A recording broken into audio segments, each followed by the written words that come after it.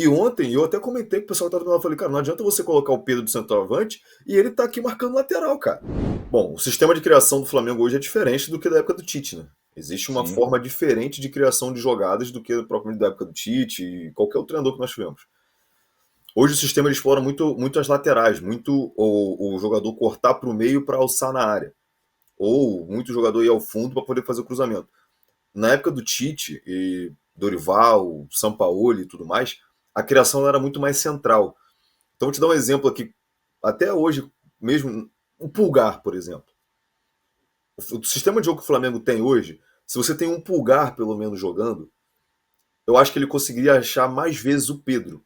Porque o Pulgar tem uma característica de passe entre linhas muito boa, coisa que hoje o nosso time não tem ninguém que faça isso nesse momento. O Jorginho ele tem essa pifada de bola, mas o Jorginho hoje ele tá um pouco sobrecarregado por conta do companheiro dele lateral, que joga com ele. Ou seja, o Alan ou o Everton Araújo. Tá quase jogando por dois, né? Exatamente, exatamente. Então o que acontece?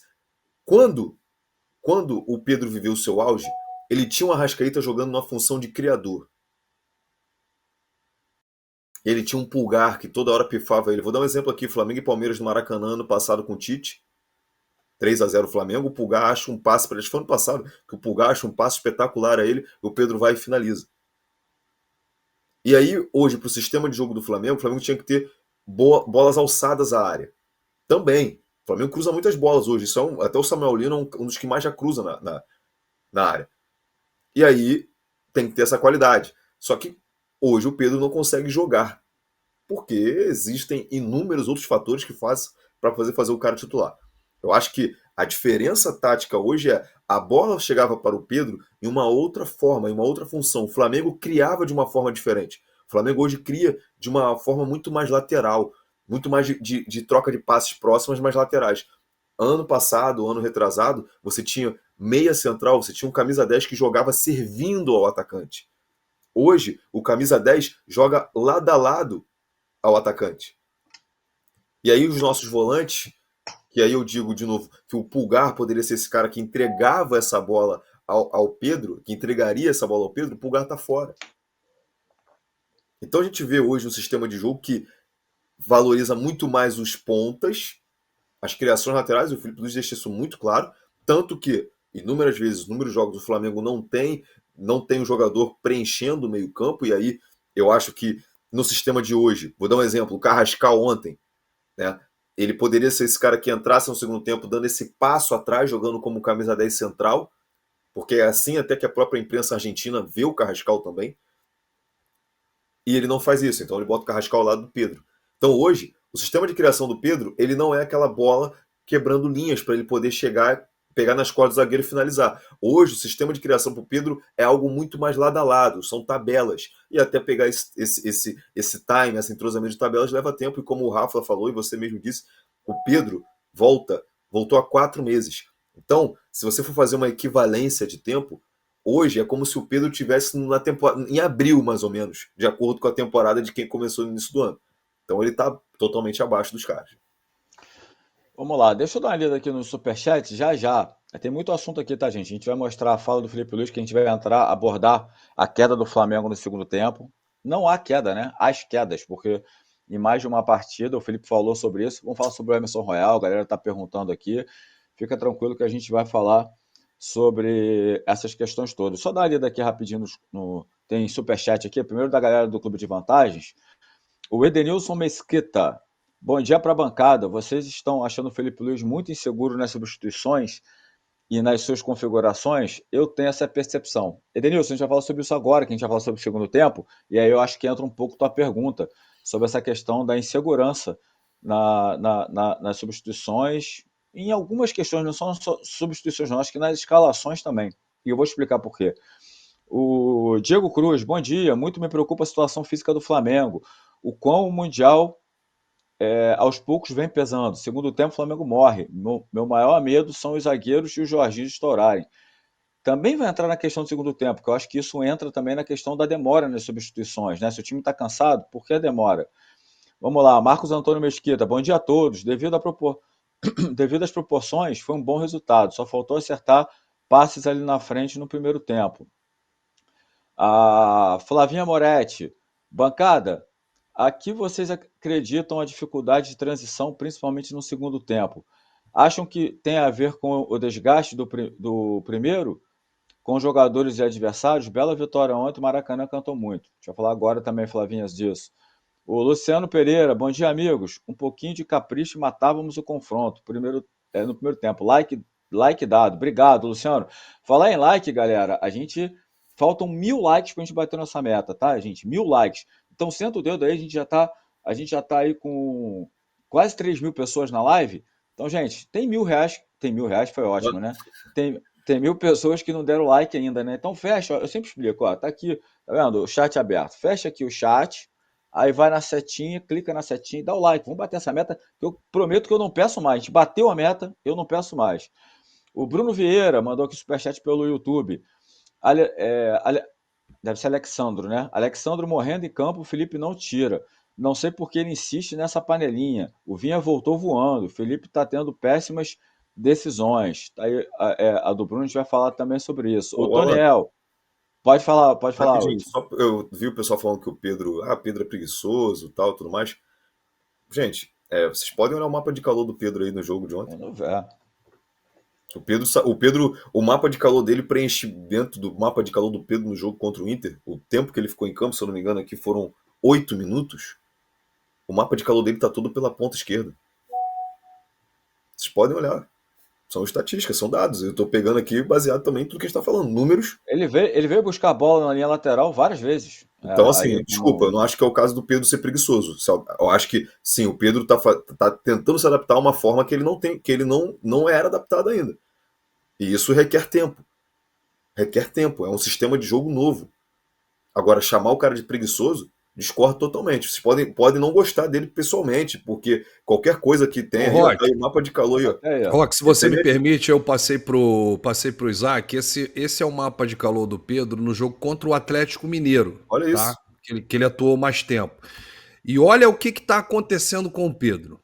Atacante, e o mapa de calor mostra ele Intermediário. atuando em quase todas as posições do campo, menos no ataque. Tá? Tem ali um pontinho ali no ataque, mas tem ele no meio, tem ele como volante, tem na ponta. E onde está vermelhinho ali como meia, o Rafa, um pouco à frente do círculo do meio-campo, é exatamente dali, do pé dele, que sai o gol do Cebolinha. Ele estava ali quando começa a jogada. Eu acho que chamar de preguiçoso, a pessoa pode falar, eu não gosto do Pedro, do estilo de jogo do Pedro. Agora, preguiçoso, tá aí o mapa de calor. Depois que aconteceu a situação dele lá com o Felipe Luiz, com quem quer que seja, o cara mudou, o cara corre, o cara tá no carrinho. E ontem, eu até comentei com o pessoal que tava do lado, eu falei, cara, não adianta você colocar o Pedro de centroavante e ele tá aqui marcando lateral, cara. Não adianta. E no jogo contra o Atlético Mineiro que ele jogou, que ele conseguiu fazer algo mais central, ele conseguiu fazer pivô, o Flamengo conseguiu fazer toda hora tabela. Então, desculpa, gente. Desculpa, eu não posso concordar que ele seja preguiçoso. Desculpa. Deixa eu te fazer uma pergunta, então, olhando para a parte tática. Como resolver essa questão do Felipe não mudar muito a forma de jogo dele e o Pedro estar mais presente dentro da área? Não entendi sua pergunta, faz de novo. Como o Felipe pode fazer, então, para não mudar tanto a forma de jogo que ele pensa, mas ter o Pedro mais tempo dentro da área para receber mais essas bolas? Mudar alguma peça, mudar alguma formatação? Na verdade, ele teria que, entre aspas, tá? Em alguns momentos do jogo, com o Pedro em campo, ou para o Pedro que seja, voltar um pouco das origens do meia clássico. A gente não pode ficar o tempo todo, e aí por isso que eu falo. O sistema de jogo no primeiro tempo dá muito certo. O primeiro tempo do Flamengo tem sido muito bom, porque o sistema de jogo entra com as peças corretas, características para esse estilo de jogo. Vou dar um exemplo. Para mim, o melhor primeiro tempo que o Flamengo fez pós-mundial não foi nem contra o São Paulo, foi contra o Atlético Mineiro. Sim. O quarteto ofensivo contra o Atlético Mineiro foi insano. Insano. Foi muito certo. Aí o que acontece? Eu mantenho o mesmo estilo de jogo, só que eu coloco Saúl e Arrascaeta. Eu tenho como manter a mesma característica de jogo com dois caras, porra, nitidamente, notoriamente, sabidamente mais lentos? É esse o ponto. Eu posso ter o Pedro mais perto da área? Posso. Mas para ter o Pedro mais perto da área, eu tenho que ter algum cara que faça uma função de meio armador.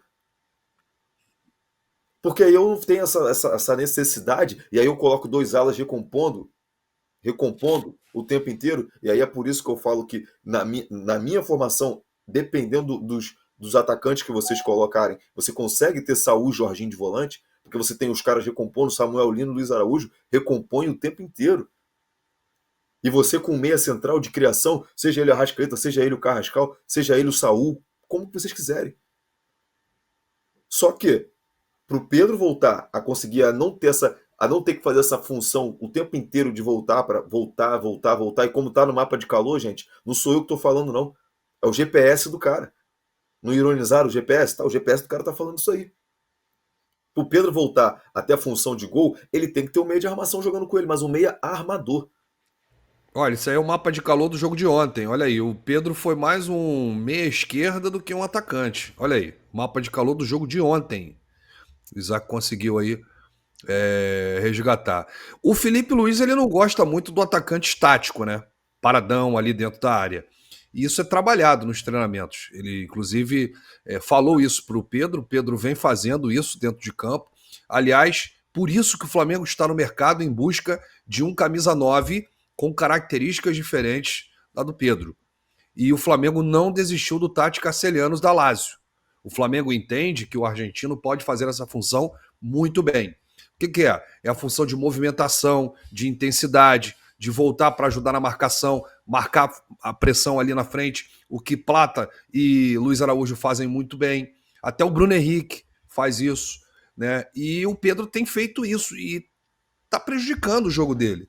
Ele é um atacante que ele precisa jogar mais dentro da área, mais próximo à área. É um atacante mais finalizador, mais decisivo nas jogadas.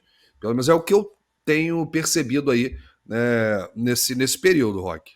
E aí quando você vai destrinchando os números do Pedro no jogo, tu começa a ver coisas que, de fato, hoje a função do cara não é fazer o gol. Vamos lá, vou ler aqui os números do Pedro ontem. De 2 dribles que ele tentou, ele acertou 1. Ok. Ele deu 4 passes no jogo. Acertou os 4. 3 duelos no chão que ele disputou, ele ganhou 1. O que é duelo no chão? Marcação, desarme. Que já são ações defensivas. E perdeu a bola 3 vezes e fez um corte. Quer dizer, o Pedro entrou para quê ontem?